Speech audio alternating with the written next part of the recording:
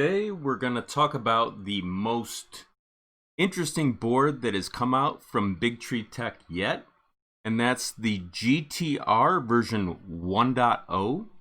It allows you to attach a daughter board, which is the BigTreeTech M5 version 1.0. And the advantage to these board combinations is you can add up to, it looks like 11 steppers between the two boards. You can also add upwards of, 8 fans between the two boards.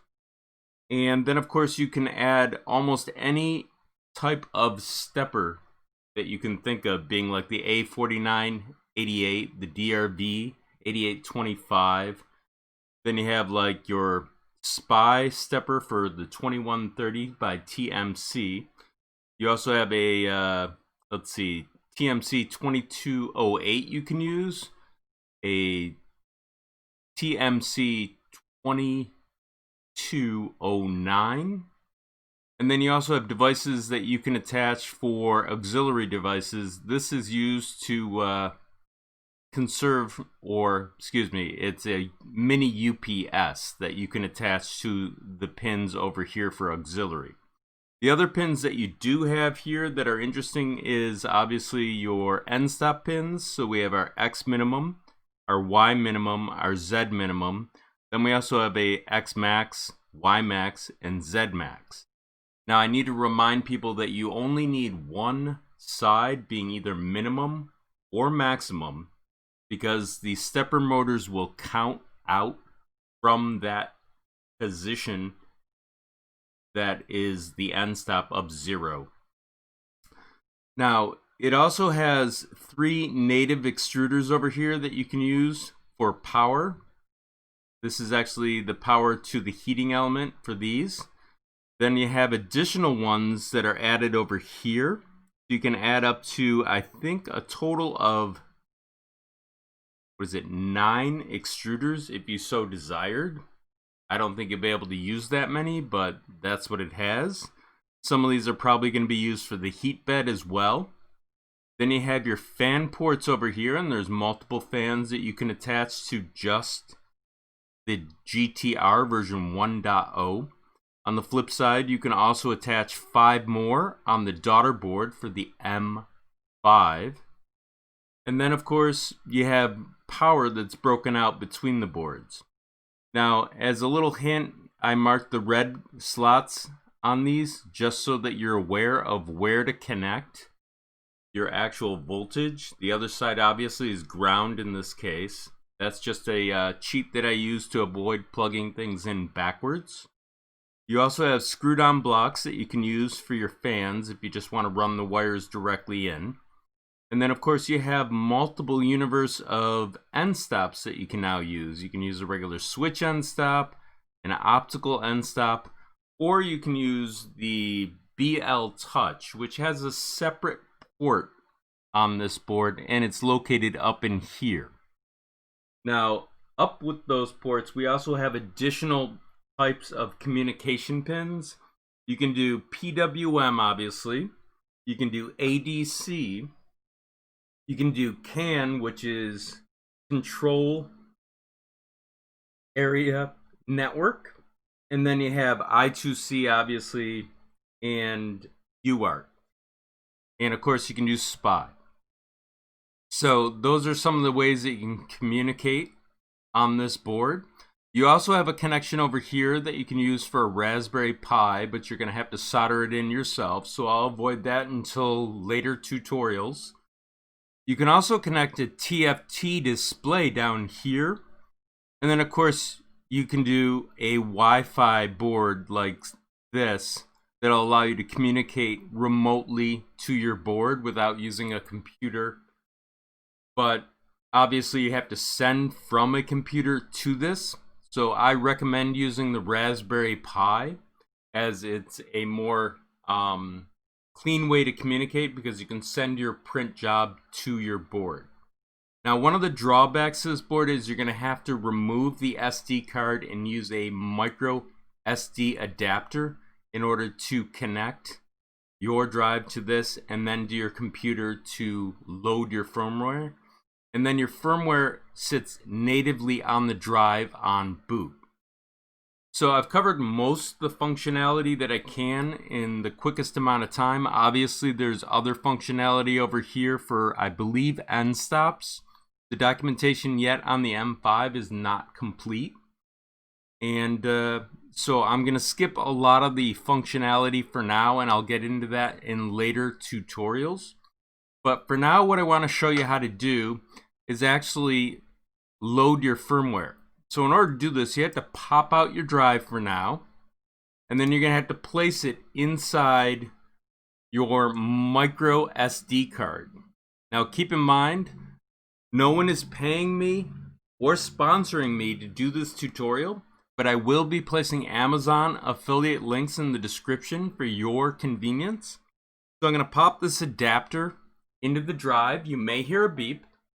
Okay, to start with, we're going to start with the SD card. And as you can see over here, it says firmware.cur. Now the reason it says firmware.cur in my case is I've loaded it a couple of times to test things. But this is your current firmware. So this will matter in a couple of minutes. But let's do a walkthrough of what you need to know. So first, I have the manual that I downloaded. This is probably the most important thing that you'll need. This will tell you a lot about your board. Obviously, it says up here that the controller is 32-bit. It's a ARM Cortex M4, and it does 168 megahertz. So that's 168 million operations in a clock cycle. So we're going to skip a lot of this information for now. Just so you know, it does do 12 or 24 volts, but I will be doing all of my tutorials in 12 volts. And I recommend using 12 volts, but obviously people will disagree, and I understand that. It also talks about, what it supports for LCDs down here. So a lot of this is kind of important to read through on your own. And I'm not going to cover a lot of it right now. I will cover this though. On the board, there is a jumper that allows you to use USB. So right now it's defaulted in this position over here. We will need to move this over in a couple of minutes in order to load our firmware. But this is direct power and this is USB power. That's all you need to know really about it for now. So the other thing is they show you how to wire it correctly from your power supply. They show you almost, let's see, positive and negative, so you know where your leads are. This one is reversed, which I don't understand why they did that, but it's out power to your bed. But we'll go into that in future tutorials. They also talk about safety. They would like you to use ferrules to cover your wires so that you don't accidentally cook your board. It's a great idea. I'll put a link in the description for a ferrule kit and tool. If you're interested in hearing about that, you can actually watch some of my short tutorials talking about ferrules, but I'm going to skip that for now. So we're going to go down and basically take a look at the board. Here's where I was talking about the jumper pins for USB. This is actually direct power that it's on by default. And then if you were to move this jumper over to these two pins, that would be for USB power. So I'll show you that in just a moment. They also talk about the actual size of the board if you want to design your own. This is a great little reference to say where the holes are. And I will eventually post a design that you can use to connect to a 2020 extrusion. Then down here they talk about the functionality, which I pretty much talked about. I didn't talk about this initially. You can now use 2 steppers off 1 driver. So there's the functionality for that. So you don't need to split with a splitter one of these. You can actually just run it off the 2. And then down here they talk about the pinouts for the board. I'll get a little bit more into this in future tutorials. I'll skip it for now. But I'm going to go over to Vscode. And if you don't know how to install Vscode already, I've done tutorials that I'll include in the GTR playlist. So I'm going to open this up, and I've already downloaded a Marlin file in order to speed this up for the firmware. So you have to download it from Marlin's website, which is marlinfw.org. I'll include a link in the description for you. And what we're going to do is we're actually going to go over to, let's see, we've got to load the file. So we're going to go to the Explorer, and I'm going to click Open Folder. Inside Open Folder, I already have it in my Downloads folder, and I've already unzipped it. So I need to go one directory deeper and then select the folder. This will load the environment that we're going to use for Marlin. So as soon as this finishes loading, I'll do a quick walkthrough of what you need to know and where. Most of you probably already know it. So first you have your Marlin folder, then you have your source folder, then you have your configuration.h and configuration_adv.h, and that's for advanced. So most of your configuration is going to take place in configuration.h, but I'm going to go over here to show you how to find your board. So I'm going to click on source for boards. Now inside boards.h, you're going to do a search on, let's see, GTR_V,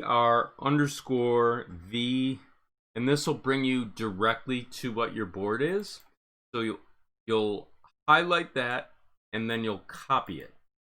That's all you need to know there, but you also need to know that it's an STM32 ARM Cortex. This will change. Normally I have to use this category, so like there are other things up here for different ones where they actually give you the actual default environment that you'll be working with. Apparently they're not listing it for this one, so we're gonna not really talk about that until a little bit later. So I'm gonna close the source folder down and go to the configuration.h. And the first thing you always want to do is do a search on motherboard. And right now, the motherboard is on the default ramps board. We're actually going to replace that with the one that we just copied. So after we're done with that, what we need to do is probably change our serial port to -1. Now, keep in mind, this is for additional functionality. You may need to use this for your LCD screen for your second serial port, but I'll get into that in other tutorials. And what I want to show you right now is I'm going to talk briefly about steppers. So I'm going to do a search on A4988. Now, currently, we're not connecting any steppers, but this is where you would actually enable them. And what I mean by enable is right now they have comments in front of them, so they can't be used. So you have to backspace to remove the comment, and this will enable your X stepper driver. In the case of these board combinations for BigTreeTech on the GTR and the M5, you may have to enable almost all of these depending upon what you're doing. Obviously, there's a couple in here that have variations that you're probably not going to use. Then after you enable it, you're going to have to change it to the stepper type that you're using. And they list out all the stepper types right here for you. And there are differences between them. So be very specific and know what you're talking about or using. And I suggest reading the data sheet for your particular stepper so that you understand what you're working with.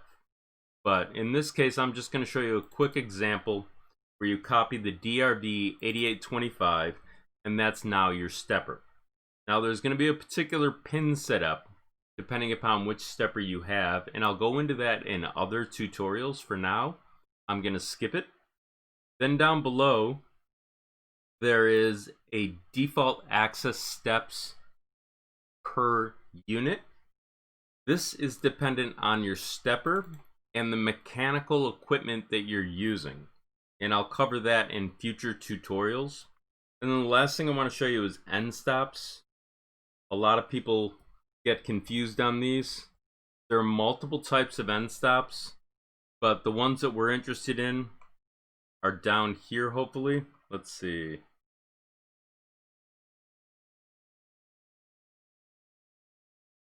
It's actually kind of hard to find, so I'm going to skip that for now. But what you need to know is this is used for a special pin for like a BL Touch if you're going to use it or not use it. They cover a lot of other things like let's see. They talk about other touch sensors, how to align your sensor. I'm gonna skip all of this because right now it's not really relevant. I wanted to show you inverting though. Each one of your steppers may go in the opposite direction that you want it to go in. By changing this functionality, you can reverse the direction without having to turn the plug for your NEMA steppers. But I'm starting to get off on a tangent of other things like bed size. That's not really what this is about. This is actually about loading. So I'm going to go to PlatformIO.ini. And as you can see right now, we have to set our default environment. And right now it's set for the Mega 2560. So what I want to do is show you how to set the correct environment to load this board. So I'm going to do a search on, let's see, GTR underscore v1. So this is our default environment. So I'm going to copy this. Then I'm going to go back to the top of the file. I'm going to highlight this and paste it right here. And that's all you have to do to set up the basic compile. There are obviously other things that you may need to configure that I'll get into in other tutorials. But now I want to show you about the pins so you actually understand where things are located. On a program level, what they do is they define the pins according to the actual board. So what we need to do is find them in here. So they're probably located right about here. So let's find the name. It's going to be GTR or BTT GTR. So I don't see it in this folder. I may be missing it visually. That's fine. But here it is. So this defines your actual board and where the pins are. This is very important to understanding what you're working with. And so up here they have obviously some information about how to set up EEPROM. They have it commented out, so you may have to remove comments to enable certain functionality. So obviously you have your limiting switches right here. You're only going to use either minimum or maximum, but they define the pin of your signal pin right here. This is used so that it can make it generic between 3D printer motherboards. So they have a template and then they outline where the pins are that it's going to point to. Then you have your steppers over here. The steppers, obviously, you're going to need to know your step, dir, and your enable pin. And then for special steppers like a TMC 2130, you need to know your chip select pin. That's known as the address of the board that you're working with, being an TMC 2130. So they're addressed independently based on pin. Then let's see, they go through almost all the boards as they define them on the combination of the M5 and the GTR. They also do the same thing with fans down below and various other things, such as your temperature sensors or thermistors. And then, of course, your fans. Now, I did discover that they commented out 2 fans over here because I thought they were broken. In order to enable them, you have to remove the comment like before. But for now, we're not interested in that. I just wanted to make this clear as to how things work. These are actual pins for like your LCD, which is kind of obvious, but not kind of obvious. But they're explaining how it's configured by pin and what the names are. So let's get on to compiling. So in order to compile this, what we need to do is we have two different buttons that we can click. We can click the checkbox, which is build, otherwise known as compile, and then there's upload. Now in the case of this, what normally would happen is it would build or compile and then upload directly to your board. For instance, in the case of an SKR version 1.4. But currently that functionality is not built in to the GTR version 1.0. So we can only do this to build. So I'm going to click on this, and this is going to take a few moments to build. So now the compilation is completed. As you can see, it took 5 minutes and 42 seconds. And it says that it's successful. Now in order to load this, what we need to do is go to the .pio folder.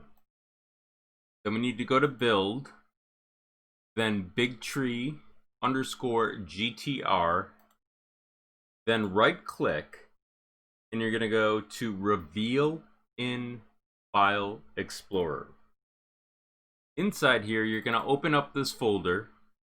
You're going to go to bin, you're going to right click, and then you're going to go to send to SD card. And now you'll see the relevance of this. The actual card now has firmware.bin. What will occur when we load this is we're going to update the firmware on the board, and firmware.cur will be the only file that exists after that. This will be renamed to that. If you ever need to reload firmware, you can always rename it to this file name and it'll reload. So I'm going to pop out the SD card and show you how to set it up on the GTR version 1.0. Okay, now that we have it here, we're going to remove the card and we're going to place it inside the board like so. Then we're going to take the jumper and we're going to move it over to the pins in order to set it up. And then finally, what we need to do is attach the big side of the USB to the board right here. And we're going to take the small side, being this, and attaching it to our computer. This will power the board.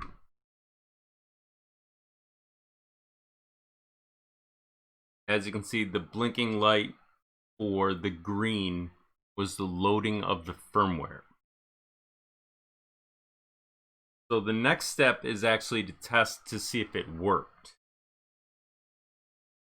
So what we're going to do is we're going to open up Pronterface and see what happens. So what I'm going to do is I'm going to navigate to my desktop real quick and go to my print run directory. And I'm going to open up Pronterface. And as you can see right now, this is the environment for Pronterface. Obviously this is kind of old, but it's good for checking to see what occurs. And I'll include a link in the description for your convenience. So I'm going to connect to the board. And as you can see right now, it says printer is now online. So what I'm going to do is I'm just going to test the Endstops here. And the way that I'm going to do it is I'm going to type M119. And I'm going to type it right here. Now, as you can see, all of the Endstops say triggered. That means that nothing is connected to them at the moment. So there's no circuit created when it's actually triggered. That's why you're seeing that, but you're knowing that you can actually now probe the board to find out if it's working. That's the reason that I do this.